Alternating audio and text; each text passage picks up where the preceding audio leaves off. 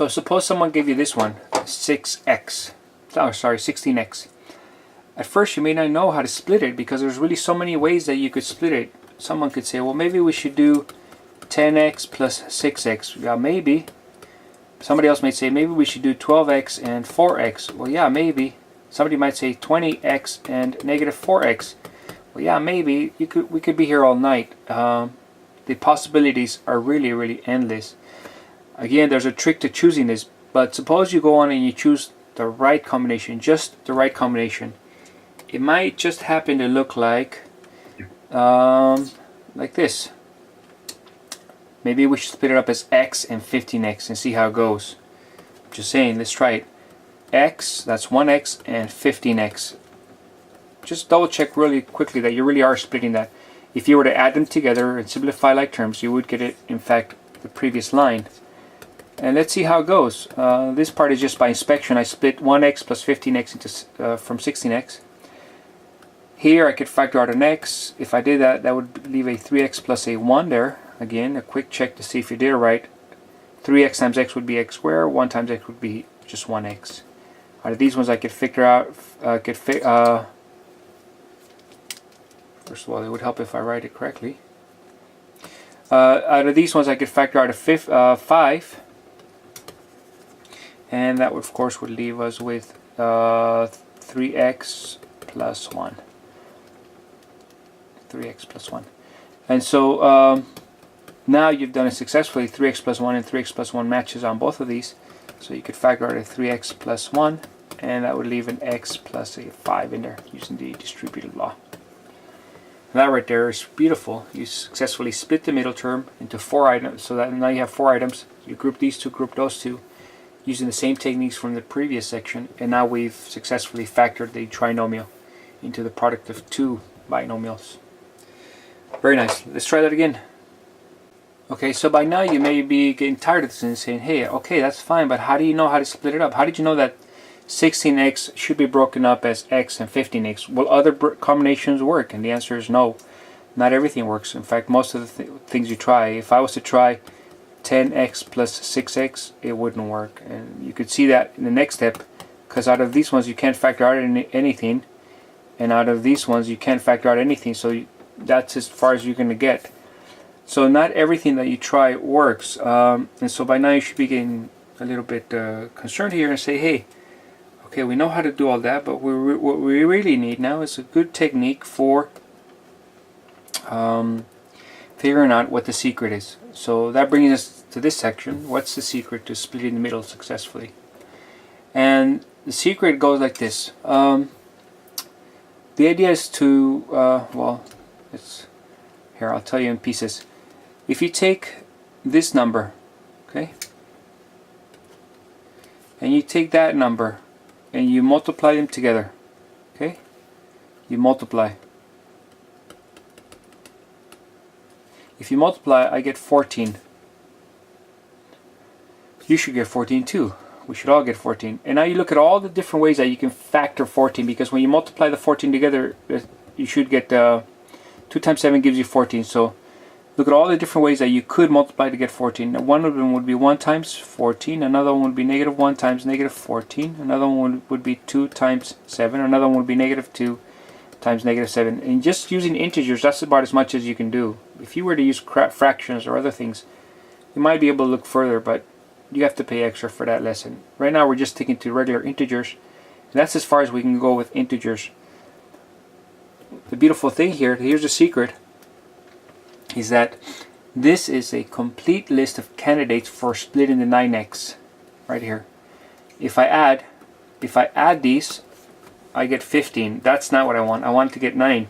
If I add these, I get negative 15. That's not what I want. If I add these, I get 9. Yippee-ki-yay, winner, winner, chicken dinner. That's the one I want. So this tells me that 2x plus 7x would be a successful way, would lead us to a successful splitting of the middle term. That right there is what made it happen. This one, if you add it together, is negative 9x. That does not work. I want 9x. This is, in fact, 2x and 7x gives you 9x. If this trinomial can be factored, it could be factored by splitting the middle. Okay? Using regular integers.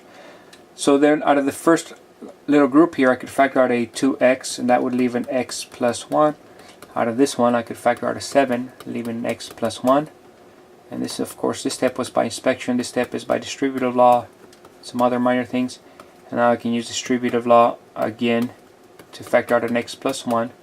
And that would leave a 2x plus 7. Again, you could take this and distribute it back to double check that that step is correct.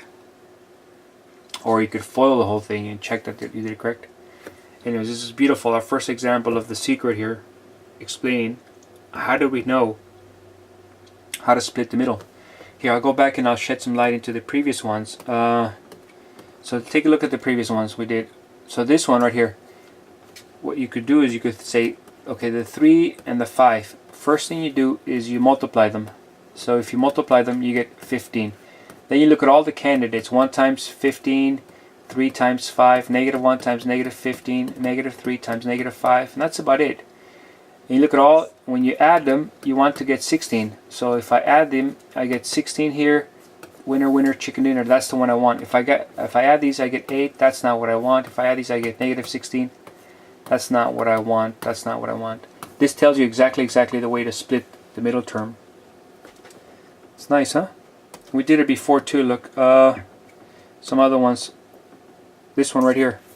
What we do is we take the 2 and the 9, sorry, negative 9, and we multiply, and that gives you negative 18. You look at all the different ways that you could factor negative 18. One comes to mind is 1 times negative 18, 2 times negative 9, 3 times negative 6. Also the flip side of that, negative 2 times positive 9, negative 3 times positive 6, etc., etc. I only have to go as far as until I figure out one that when you add, you get negative 3. That's the one I want. Winner, winner, chicken dinner. That's the one I want. So this would be, if I split this up into 3x's and negative 6x's, this would lead to a successful factorization. Okay, so that's the secret here. You multiply the first and the last terms. You multiply them, and then you look at all the ways that you can factor that into 2 pieces, and this gives you a complete list of candidates using integers. If one of those is a good way to split in the middle, then you've got yourself a winner. Okay. All right, let's try another example. So here's this pretty standard one. Again, we take the first, the last terms, and we multiply. If I multiply these, I get 12, and I look at all the different ways that you can factor 12. 1 times 12, negative 1 times negative 12, 3 times 4, negative 3 times negative 4. I'm looking for something that when I add, I get negative 7. I can see it already. Done. So this negative 7x should be broken up. It should be unsimplified into negative 3x and negative 4x. And you'll get beautiful results when you do that. Out of the first piece, you could factor out an x, leaving 2x plus negative 3. Out of the second one, you can factor out a 2, maybe a negative 2. If you factor out a negative 2, that would leave a 2x there, and that would leave a negative 3. This part's a little tricky, so pay close attention to it. You can check to see that you did it right. Since I pull out a negative, taking the negative out of that would make it a positive, would make the stuff that's left over a positive. This is already a positive, so taking a negative away would change that into a negative. And so you can quickly check this by multiplying it back in there. This would give you negative 4x, and this would give you positive 6, confirming what we just said. And now it's beautiful because you check that the 2x plus negative 3 and the 2x plus 3 matches on both of these terms. You have 2 terms now. And they both have this thing that it appears that someone distributed, as if someone had distributed. So we go on and we undistribute it, and that would leave you with a 2x plus a negative 3. Distributive law, the world famous distributive law. Beautiful, factored. Yay. This splitting the middle term is powerful. It helps you solve all of these. Alright, should we try another one? Let's try another one. So how about this one? So again, my first step would be to take the first and the last terms, and you multiply them, or we multiply them, and you get 30. That's going to give you a complete list of candidates. 1 times 30, 10 times 3, 3 times negative 3 times negative 10, 15 times 2, negative 15 times 2, and 6 times 5, and negative 6 times negative 5. And you go on and you keep looking, and when you add these I get 31, when I add these I get 13, I get negative 13, I get negative 17, 17, 11, negative 11. And sometimes it just so happens that none of your combinations work. You try every single way to factor out 30. We tried 1, 2, 3, 5, 6, 10, everything. Nothing works. And when that happens, we say it's prime. It's prime in the world of integers with x's. In other words, yeah,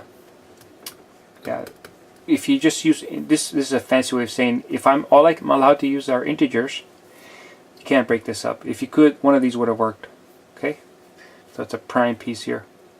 It could be that you could use some fancy stuff like fractions or square roots or other things that we haven't learned yet to factor it.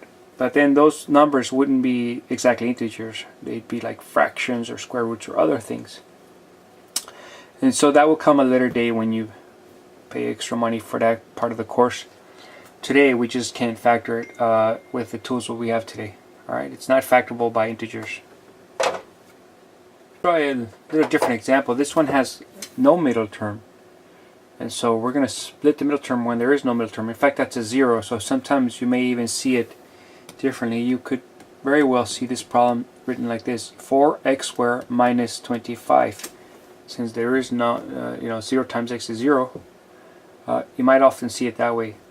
You could supply that 0 there by additive identity if you want it, and 0 multiplication theorem. And now we try to split the middle term again. So we try exactly the same procedure. We take these guys, the first and the outer, and we multiply. When you multiply those, you get negative 100. Now you look at all the possible ways to factor 100. Negative 10 times 10, 5 times negative 20, etc., etc. 4 times 25, or negative one of those. And when you add, you want them to be 0. So in fact, these ones give you 0. And right away you say, winner, winner, chicken dinner.